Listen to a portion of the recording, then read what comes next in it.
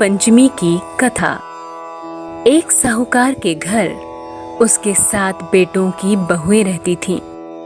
उनमें छोटी बहू गरीब परिवार से आई थी और अब उसके पीहर में कोई न था, इसलिए सभी उसकी गरीबी का मजाक उड़ाते।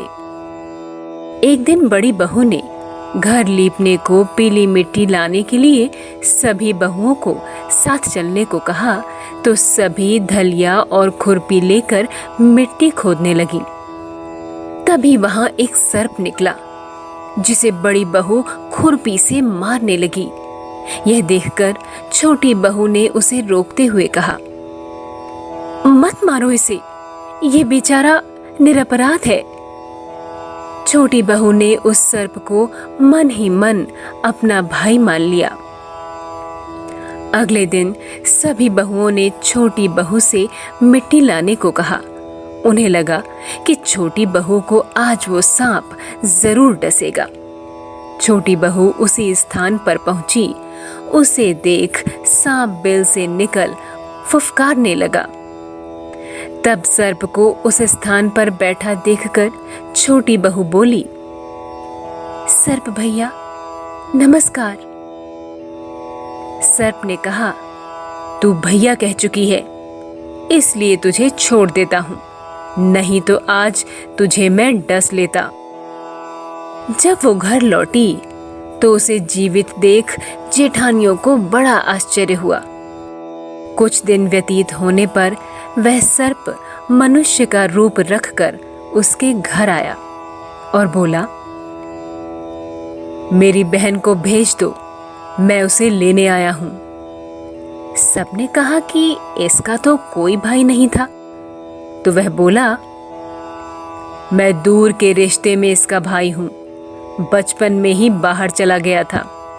उसके विश्वास दिलाने पर घर के लोगों ने छोटी को उसके साथ भेज दिया। छोटी बहू कुछ भी माजरा समझ न पाई। मनुष्य रूपी सांप ने मार्ग में बताया, मैं वही सर्प हूं जिसे तुमने भाई बनाया है, इसलिए तुम डरना नहीं, और जहां चलने में कठिनाई हो वहां मेरी पूंछ पकड़ लेना।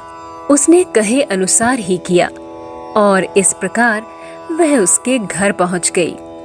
वहां के धन ऐश्वर्य को देखकर वह चकित हो गई। एक दिन सर्प की माता ने उससे कहा, मैं एक काम से बाहर जा रही हूं, तू अपने भाई को ठंडा दूध पिला देना। उसे यह बात ध्यान न रही और उसने गर्म दूध पिला दिया, जिससे नाक का मुख बुरी तरह जल गया। यह देखकर सर्प की माता बहुत क्रोधित हुई, परंतु सर्प के समझाने पर शांत हो गई। तब सर्प ने कहा, बहन को अब उसके घर भेज देना चाहिए। तब सर्प ने उसे बहुत सा सोना, चांदी, जवाहरात, वस्त्र, भूषण आदि देकर उसके घर पहुंचा दिया। इतना सारा धन देखकर बड़ी बहू ने ईर्ष्या से कहा, भाई तो बड़ा धनवान है, तुझे तो उससे और भी धन लाना चाहिए। सर्प ने यह वचन सुना तो सब वस्तुएं सोने की लाकर दे दी। यह देखकर बड़ी बहू ने कहा, तुम्हारा भाई तो बहुत अमीर है, तभी तो सोने चांदी के आभूषणों से घर भर दिया। मैं तो कहती हूँ इन्हें झाड़ने की झाड़ू भी सोने की होनी चाहिए। यह बात बाहर खड़े सांप ने सुन ली और अगले ही क्षण सोने की झाड़ू लेकर वहां आ पहुंचा। इतना ही नहीं, बड़ी बहू के सामने ही उसने छोटी बहू को हीरा मणियों का एक अद्भुत हार दिया और बोला, बहन, इसे मां ने तुम्हारे लिए दिया है। छोटी बहू के धन और आभूषण को देख बड़ी बहू जल उठी और उसने तुरंत राजमहल जाकर रानी मां से कहा, रानी मां, छोटी बहू के पास एक अत्यंत मूल्यवान हार है। ऐसे हार पहनने का सौभाग्य तो केवल आप जैसी रानी मां का होना चाहिए। उस हार की प्रशंसा जब रानी ने सुनी तब उसने तुरंत सैनिकों को बुलाकर आदेश दिया, साहूकार की छोटी बहू का हार यहां होना चाहिए। जाओ, जाकर अभी वो हार मेरे पास ले आओ।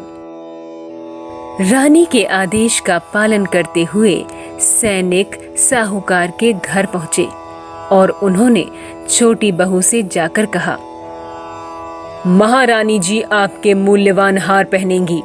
इधर बड़ी बहू दरवाजे के पास छिपकर यह सब सुनती है और मन ही मन बहुत प्रसन्न होती है। तभी छोटी बहू उसे देख लेती है और वो समझ जाती है कि रानी को हार वाली बात अवश्य बड़ी बहू ने ही बताई होगी। उसने कुछ नहीं कहा और अपने संदूक से हार निकालकर सैनिकों को सौंप दिया। जब सैनिक चले गए तब छोटी बहू को यह बात बहुत बुरी लगी। उसने अपने सर्प भाई को याद किया और आने पर प्रार्थना की, भैया, रानी ने हार छीन लिया है। तुम कुछ ऐसा करो कि जब वो हार उसके गले में रहे तब तक के लिए सर्प बन जाए और जब वह मुझे लौटा दे तब हीरों और मणियों का हो जाए। सर्प ने ठीक वैसा ही किया। जैसे ही रानी ने हार पहना वैसे ही वह सर्प बन गया। यह देखकर रानी चीख पड़ी और रोने लगी। यह देख महाराज क्रोधित हो गए और उन्होंने सैनिकों को आदेश दिया, जाओ, जाकर साहूकार की छोटी बहू को पकड़ कर ले आओ। वो जादू टोना जानती है। जब सैनिक साहूकार के घर पहुंचे तो राजा का आदेश सुन छोटा बेटा घबरा गया। उसने सोचा, अब राजा मेरी पत्नी को अवश्य दंडित करेगा। परंतु छोटी बहू निडर होकर सैनिकों के साथ चल पड़ी। जब उसे राजा के समक्ष लाया गया तब राजा ने छोटी बहू से पूछा, तूने क्या जादू किया है जो तेरे गले का हार रानी के गले में आते ही सांप बन गया? मैं तुझे दंड दूंगा। छोटी बहू बोली, राजन, धृष्टता क्षमा कीजिए। मैंने एक सर्प को अपना भाई बनाया। उसने ही मुझे यह मूल्यवान हार दिया है। यह हार ऐसा ही है कि मेरे गले में हीरों और मणियों का रहता है और दूसरे के गले में सर्प बन जाता है। यह सुनकर राजा को विश्वास नहीं हुआ और उन्होंने नीचे पड़े सर्प को दिखाकर कहा, इस सर्प को अभी पहनकर दिखाओ। यदि तुम्हारी बात सत्य हुई तो यह मूल्यवान हार बन जाएगा, पर यदि मिथ्या हुई तो सर्प तुम्हें काट खाएगा या मैं तुम्हें कारागार में बंदी बना लूंगा। छोटी बहू ने नीचे झुककर सांप को उठाया और जैसे ही उसे हार की तरह गले में डाला वैसे ही वह हीरों मणियों का हो गया। यह देखकर राजा को उसकी बात का विश्वास हो गया और उसने प्रसन्न होकर उसे बहुत सी मुद्राएं भी पुरस्कार में दी। छोटी बहू अपने हार और इन सब मुद्राओं के सहित घर लौट आई।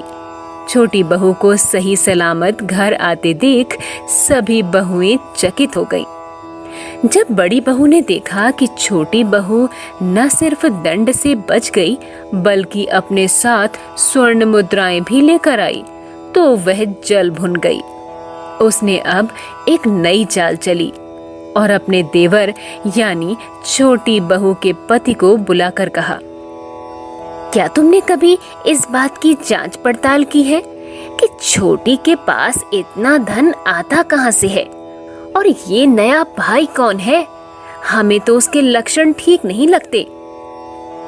यह सुनकर छोटी बहू के पति ने अपनी पत्नी को बुलाकर कहा, ठीक ठीक बता कि यह धन तुझे कौन देता है।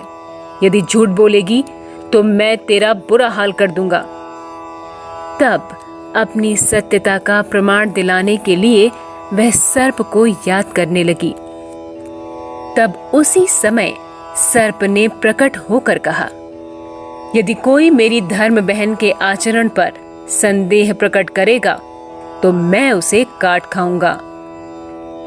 जब नाग रूपी भाई ने सारी बात सुनाई तो छोटी बहू का पति बहुत प्रसन्न हुआ और उसने सर्प देवता का बड़ा सत्कार किया। उसने जान लिया नाग देवता की कृपा जिस पर होती है उसका कल्याण होता है। उसी दिन से नाग पंचमी का त्योहार मनाया जाता है और स्त्रियां सर्प को भाई मानकर उसकी पूजा करती हैं। इस कथा को सुनने वालों की भी सभी मनोकामनाएं पूर्ण होती हैं।